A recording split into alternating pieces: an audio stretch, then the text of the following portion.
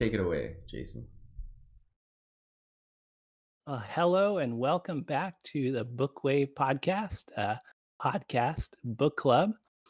Today we're going to be talking about the book of Ezra and Nehemiah and the Holy Bible. We've been working our way through the Torah and we've finished Chronicles, detailing the Egyptian exile and the promised land of Canaan. And we're joined here with Will Hey, everybody. and Pat. Yeah. And I am your host today, Jason. And so I wanted to just start this discussion out with a quote from Cyrus the Great, because in the book of Ezra, we start out with a quote from this guy, the king of the world, as he calls himself. And he says, "I'm Cyrus, the great king. When I entered Babylon in a peaceful manner, I took up my lordly abode in the royal palace amidst rejoicing and happiness. Marduk, the great lord, established as his fate for me a magnanimous heart of one who loves Babylon, and I daily attended to his worship. I returned the images of the gods to their places, and I let them dwell in eternal abodes. I gathered all their inhabitants and returned them to their dwellings. I have given leave to as many of the Jews that dwell in my country as please to return to their own country, and to rebuild their city, and to build the temple of God at Jerusalem on the same place where it was before." So, what do you guys think about this book, Ezra and Nehemiah? Well, I'll start. I have listened to this one a couple times and read it, and I think it's an essential part of the documentation and story and history that we've been learning about. This is the rebuilding of the Second Temple and the return from exile again.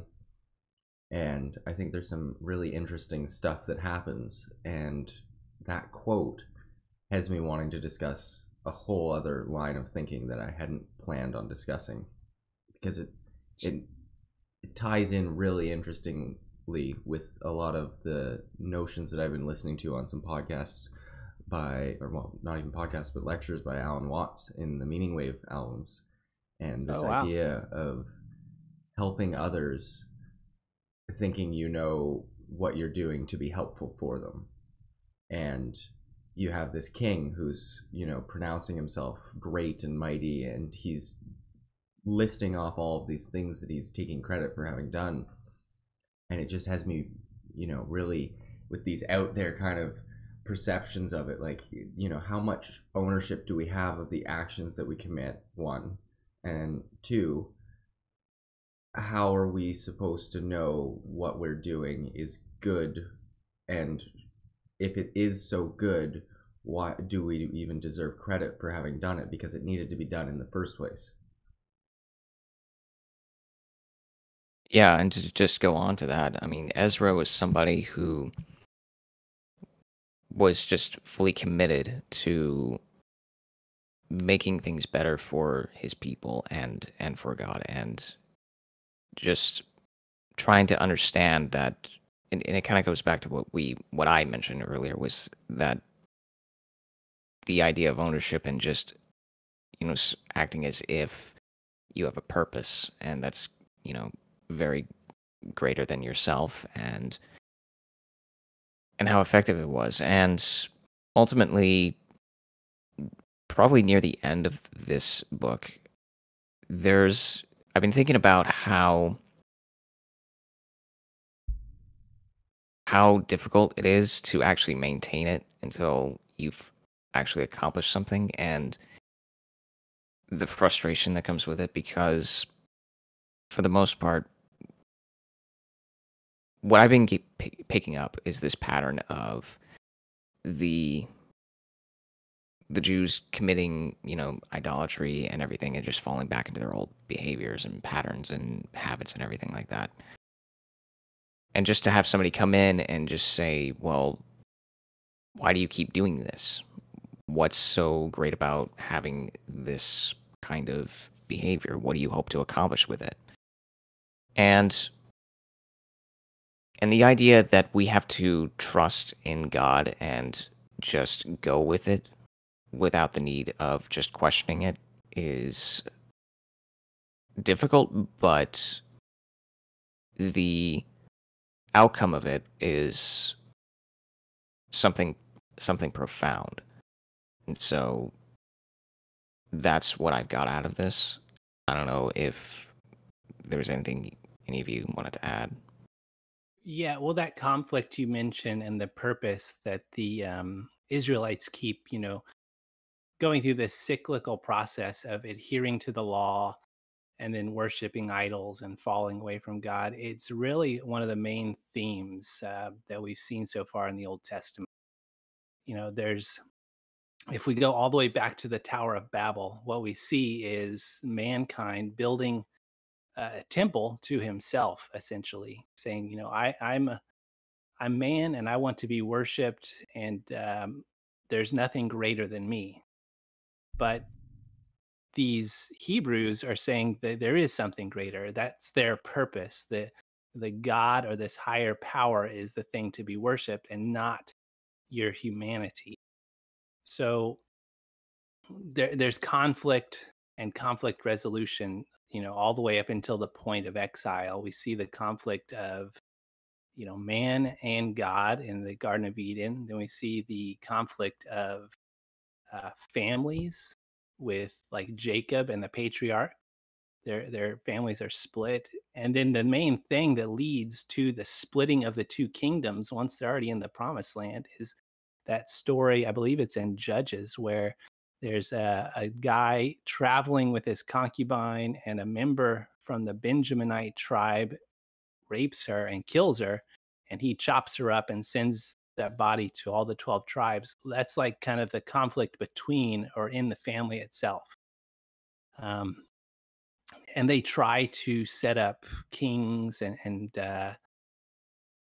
live a way that that everyone can get along with, but ultimately they keep forgetting the laws of God. Mainly in this book and Nehemiah, we see that they start to forget like the Sabbath. What is important, and apparently God finds that a very wicked thing. If you're working on the Sabbath. I think it is probably something to do with sustainability. Like that's the thing. Like Pat was saying, it's very profound, the rewards that come with being able to worship God and take up those rules and live them and to act as if, right?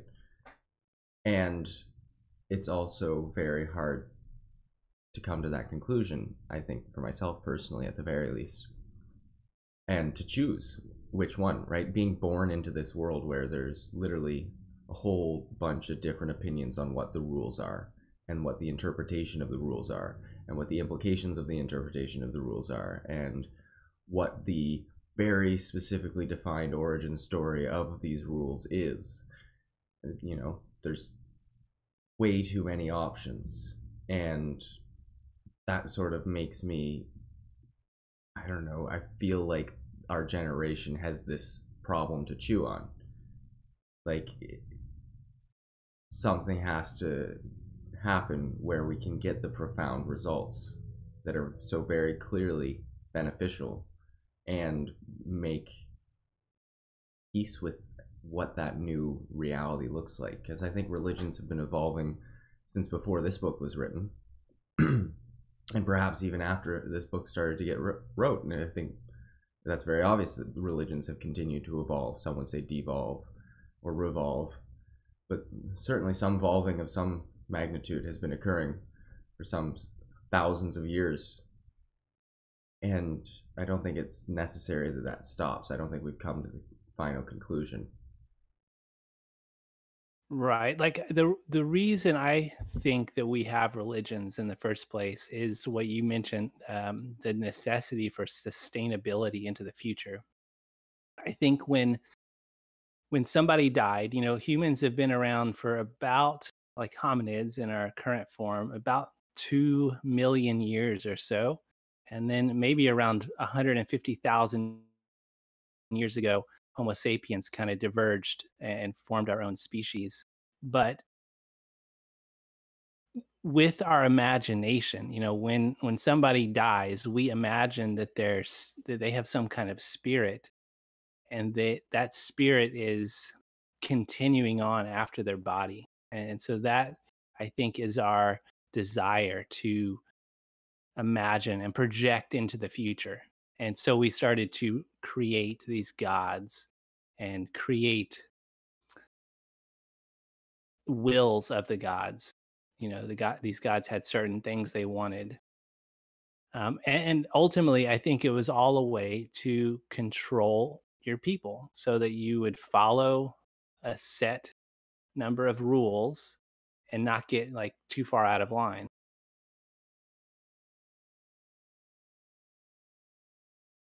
Yeah, essentially. And it even sometimes it brings about an age of anxiety where we individuals we cannot figure out what we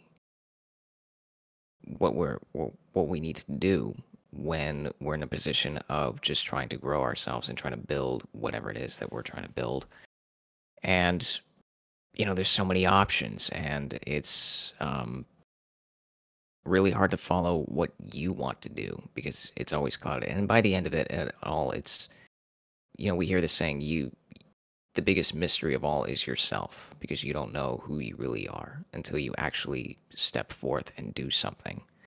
So it's and even like around chapter 5 or so, um when all seems to go very well in building the temple again, it seems like God would just step in and just be like, okay, um, you know, let's make some changes, or maybe, you know, something something has been changed or whatever, and we're just going to continue on as per usual, just letting you all know what's up. And I think I think that actually occurs between him and Ezra a couple of times. I don't know if any of you picked that up or anything like that, but that's what I saw.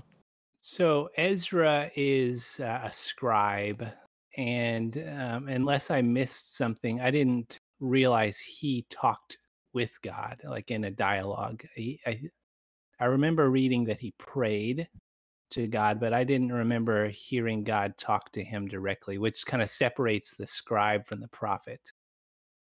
Mm.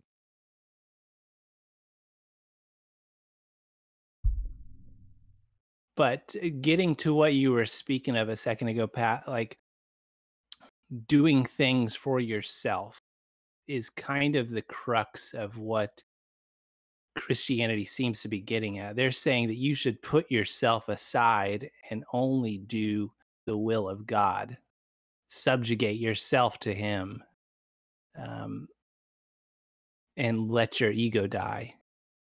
That seems to be the message I'm getting from them. Yeah, yeah,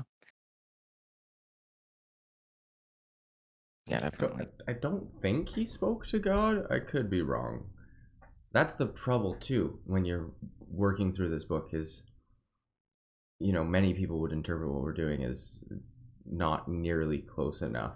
Perhaps some would even call it a sin, right? To not study the Word of God and to not have a preach or a sermon, a thing, a whole institution of education to learn about the Word of God, to go through it piece by piece, and to have someone who's got the oral tradition, because we've been lying in the West. That's something I've discovered reading the Bible, is that for hundreds of years in the West, we've been saying that oral traditions are not good and that the written tradition is the real technology. That's how you pass on stuff. And we've been printing textbooks and printing sacred texts.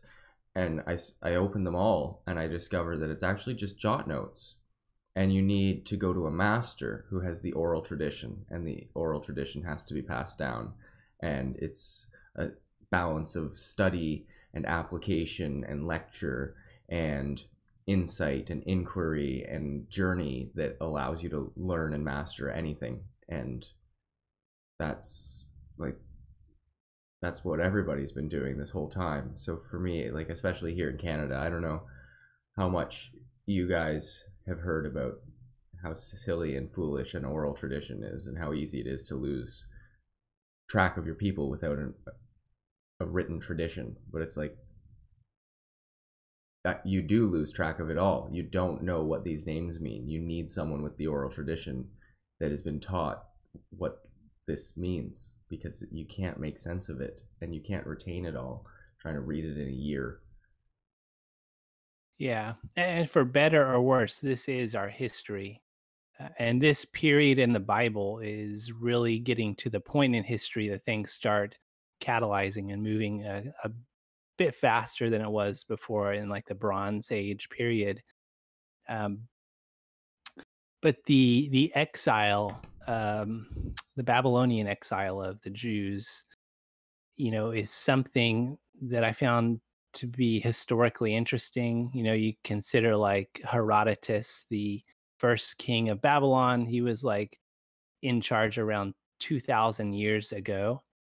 And then you start looking at, well, when was like the first king of Israel, Saul? That was like around, 1000 years ago with David and Goliath, about that period. And so at this point in the Bible, we're about in the ballpark 600 to 500 BC is when Nebuchadnezzar exiles the Jews, and it's not all at once.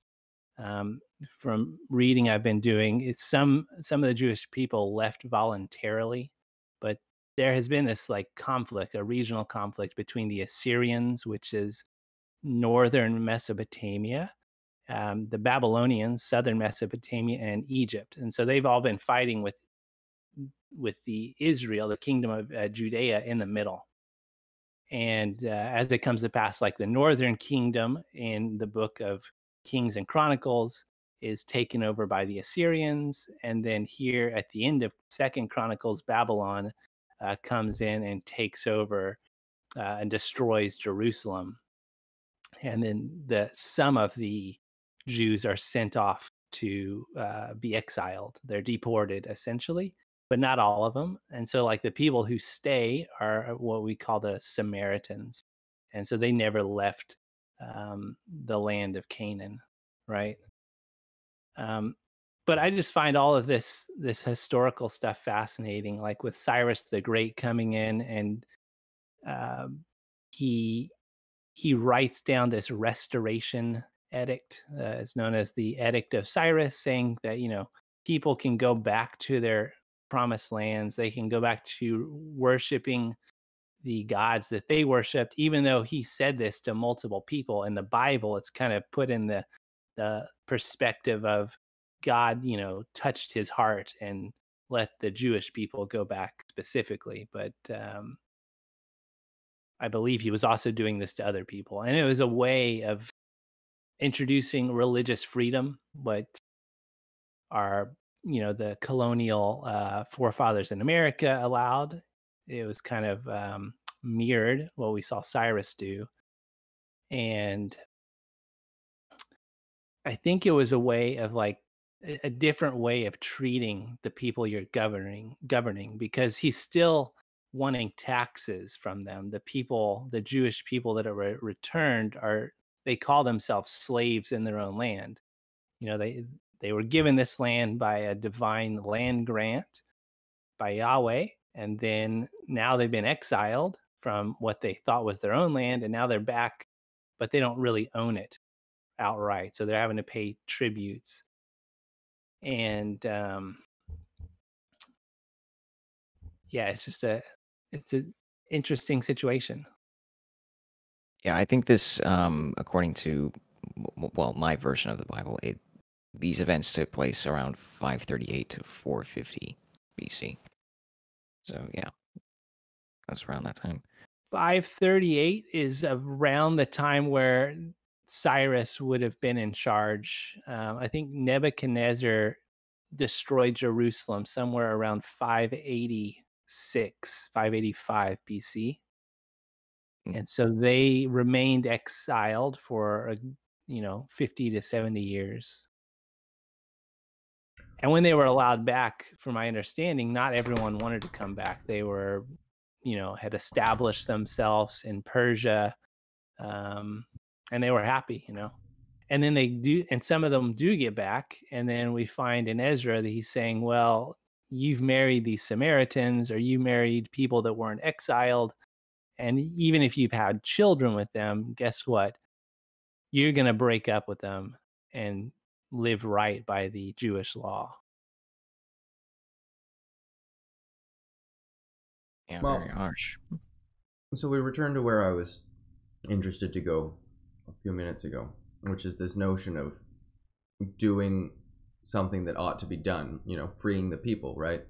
And as a king, positioning yourself as though it's a deed, when in fact it's like, if you look at the world objectively and see lots of suffering and have good in your heart, you'd probably be quick to argue that there are things that have to be done.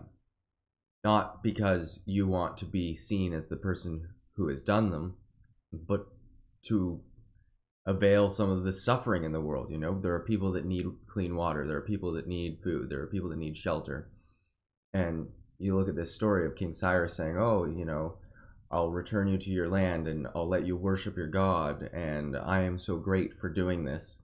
You now pay me tribute in your home.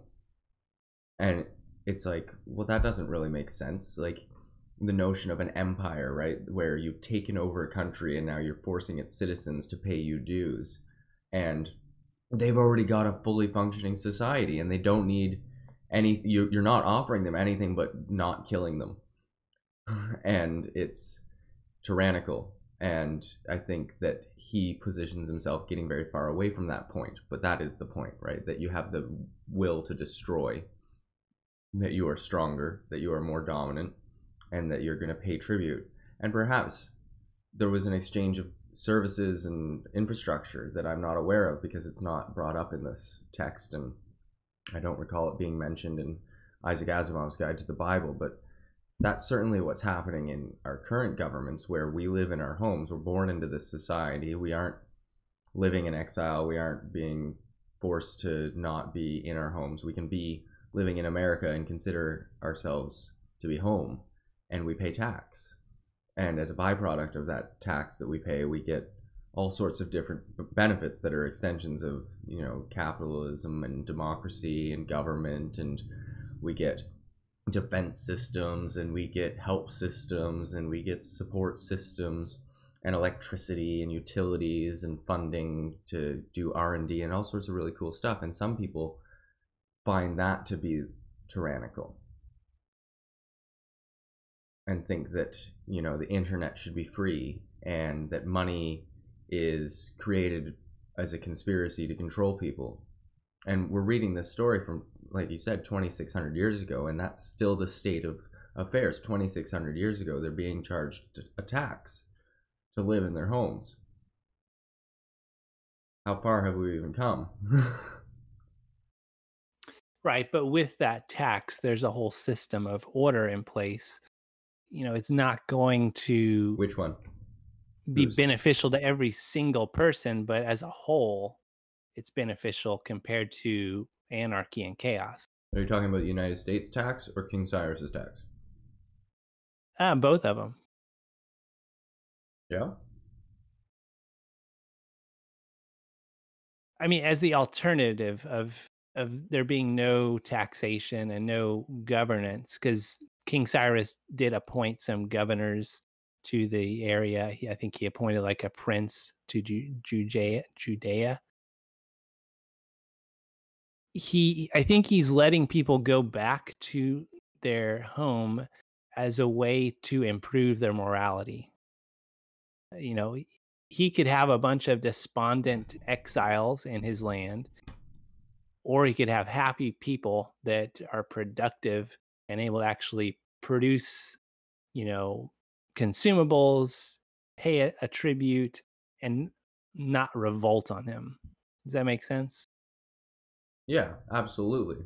And I'm saying that there's still going to be that effect of this is wrong because they have the belief that it's their home and that they're not being given anything. right? Because it wasn't his to give in the first place. It was taken wrongfully. And, you know, they're just a group of people in a long line of people that have a claim to a spot of land. And depending on where you are on this list of people that think that this is your land, you're going to feel like these guys don't deserve it and those guys don't deserve it and that it's yours. And it's like, it's turned into this centuries long issue that we have with the land as a human race. And it's not just a Jewish story that we're reading. It's just an example of something that's been happening all over the world, and we're still doing it today, right? We're going into people's lands and we're saying, we can help you. We are so great. We have what you need. Here, take bottled water. Right. You know, in the book Ezra and Nehemiah, they do justify why they lost the land, because they stopped following the rules. So I think they had an understanding of why it was taken away from them. And then they're saying that God like worked through this guy Cyrus kind of as a Messiah. He's the only person referred to as a Messiah that's not Jewish. Um, you know, he worked through Cyrus as a pathway to give them another chance at their land. And then we see at the end of Nehemiah that they're starting to they're starting to fall into their own traps again, working on the Sabbath and things like that. And, you know, spoiler alerts, come time of like the Romans in 6 BC, the temple is going to get destroyed again. Wow, big spoilers.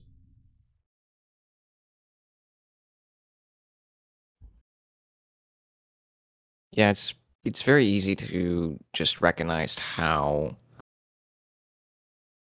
you know, we often cry out for justice and how unfair some of the systems are and everything like that. But then again, we forget about our own reality and just sometimes we are here because of what we've done to get here.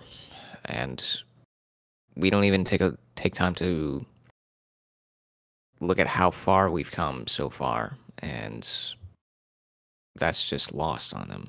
And I remember I looked up when Ezra prayed to God. It was like around chapter 10, at the beginning of chapter 10. That's when he contacted him.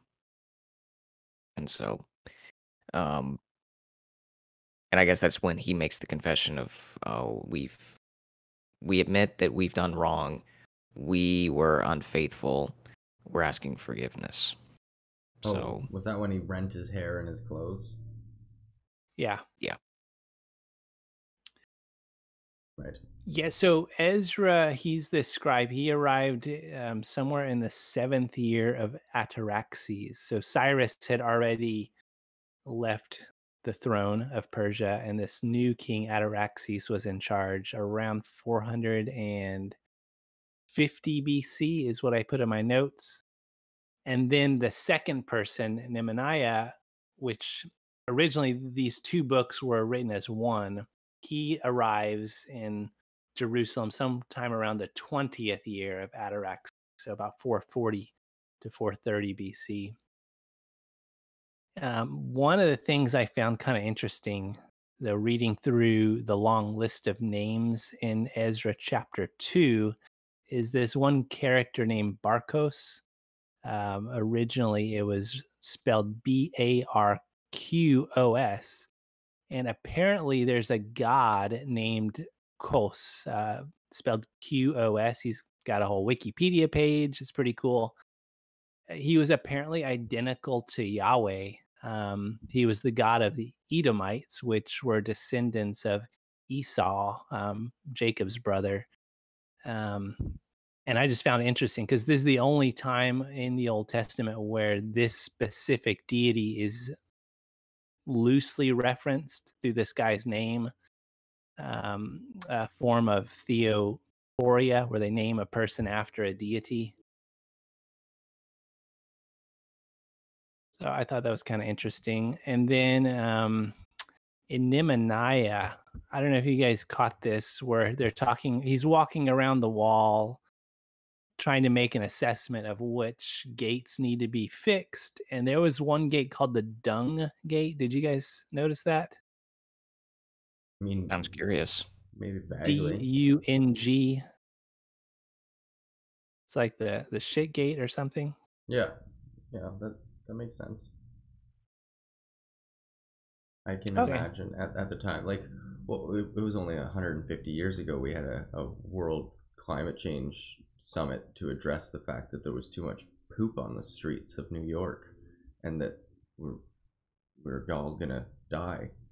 And then we invented the gas vehicle. So, like 2,000 years ago, and if you had a city like Jerusalem with walls, that's that Full poop's of gotta go camels. somewhere.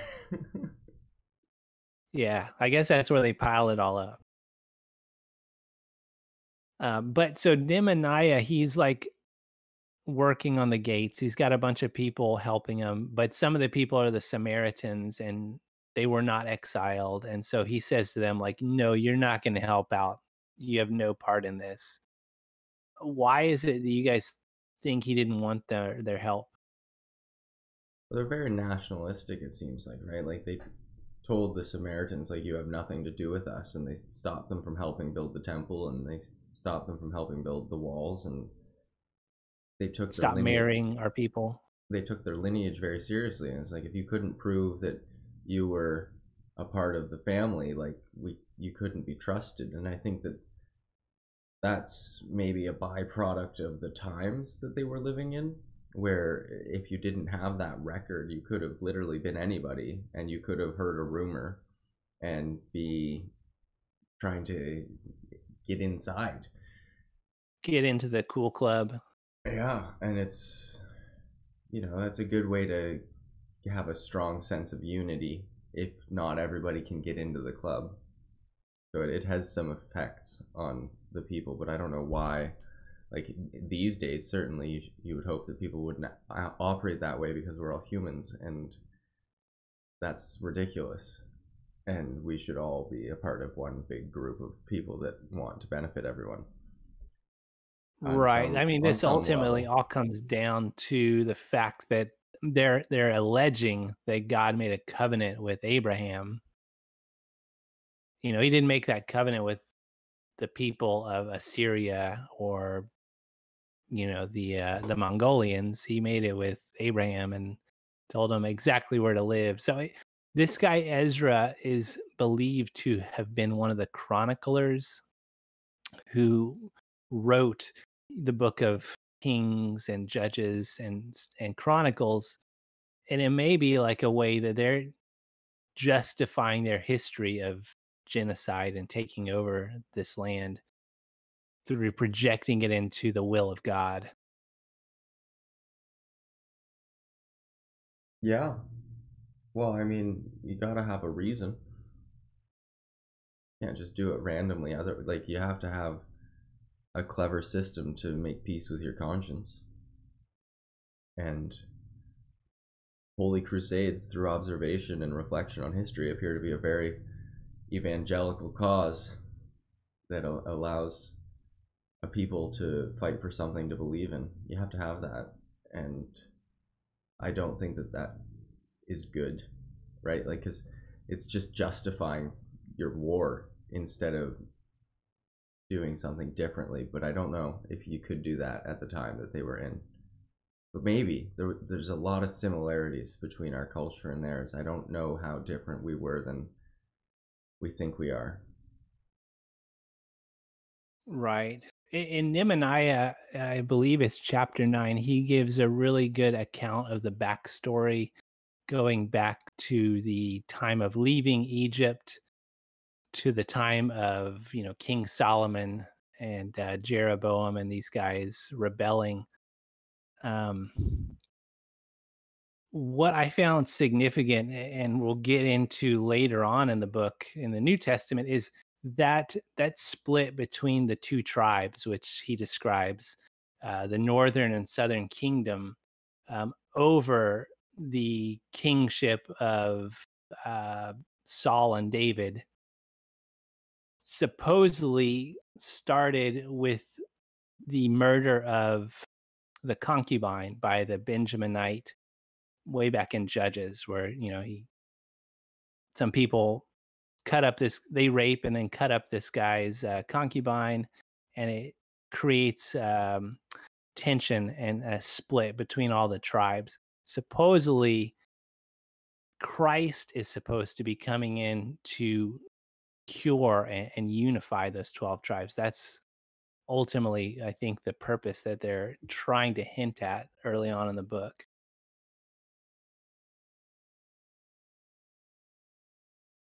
Yeah, that'll be interesting to see.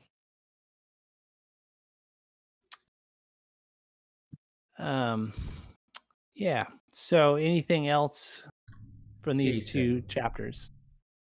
you can't just drop spoilers like this all episode. Like, come on. Just talking about It's where the story goes 500 years from now. Like, literally just jumping eons into the future. Like, oh, then this happened. It's like, come on. It's only like No, 500 no. years into the future. no. It's the preview for next week's episode. That's what it is. Next week's. Yeah, we'll be at the New Testament next week, guys. We're going to get through the 12 minor judges, Proverbs, and Psalms. Okay, next week for the next book that we're going to read in the Holy Bible. There we go. Well, it's not too much of a spoiler. I mean, this book has been around for quite a while in the oral tradition, and maybe only a few hundred years in the written form where everybody could read it. You know, after the Gutenberg press made it popular. I know you will have talked about not interpreting the Old Testament through the lens of Christ. Yeah. It's difficult to do, though. Why? Because that's where the story is going. That's like the climax of the story. That's such a sin to say. How dare you posit that? Like, you don't even know. You haven't read the story, and you're making a claim that many people argue is incredibly false. And to just jump into the bandwagon of interpreting the Old Testament through the lens of Christianity and to say, oh yeah, well, it's all leading to Christ, is like, is that like a major faux pas? For me, I think it's like a lot of it, I think, is a faux pas. I think the literalization of the Old Testament and the interpretation of the Old Testament as an account of history, and to be clinging to these dates and these humans as though we have confirmation of their existence. Like, I think we've established that perhaps it's been carbon dated to having been written 1100 years ago, and that perhaps it was 2 or 3 tribes of people and multiple languages that have been translated and retranslated and then smushed together and altered for, you know, almost 1200 years, and a story that's 4,000 years old. And you can look at it through the lens of being literal, and people will die for that cause, or you can look at it through the lens of being mythological and like an Odyssey, right? Like a great narrative, like a compilation of many great, interesting narratives and minor narratives that have some valuable insights and examples of experience that are still highly relatable. And you can imagine how things were for these people. And when you imagine how things were for people, you're using some of the newest evolutions in human nature, which is to be able to actually increase your own experience through the holographic mind and imagination. And you can actually gain emotional intelligence and insight and wisdom and become a better functioning member of society by studying the right stories. And it's when we get attached to the story and confuse it with reality, because even if it is word for word literally the truth about God, and it all does lead to Christ, it's not the present moment. It's 2,000 years ago. And what the truth of 2,000 years ago is does not change your hostility towards people that you think are lesser than you, your triggered reactions to your current present reality and your inability to associate with the present moment. And it turns into an identity and a consumption of knowledge that you think fills you up, and you get into conflicts when you get literal. And I think we lose the learning when we get stuck in that mire of this is what happened in the book, because like you said, everybody has the opportunity to read this book. They don't need us to tell them what happens in the book, and we shouldn't even posture to do so. It should be the masters that have the true oral tradition. I don't have a TED talk to give on the book of Ezra, but I do have some salient observations and some relevant insights that I find help me manage the world more and feel a bit more at peace in the world that I'm living in, when I think about the fact that there is so much different, sure, but there's so much more similar between us and them. You know, historical figures and stories. Interesting. Pat, any final words? No, I pretty much exhausted everything that I wanted to say, so I'll definitely keep in mind of how Ezra, as a minister, as a scholar, as a scribe, um, managed to hone his own living and managing to put together everything that he has gone through in mind the next time we move on. Sure. So we are working our way through the Old Testament. It's an epic journey. A lot of books, but we're slowly getting up to Job. I think that's going to be an interesting chapter.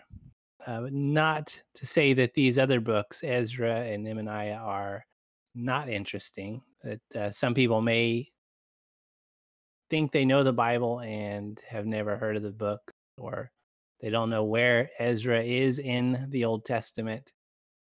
But there is significant information in this book, in all of the books, is what I'm trying to say. So if you like what you hear, check us out on Anchor or YouTube. You can also check out our website at www.bookwave.club and leave a comment what you think of these talks. Thank you. May the force be with you. Or equal to mass times acceleration. Have a great day, guys.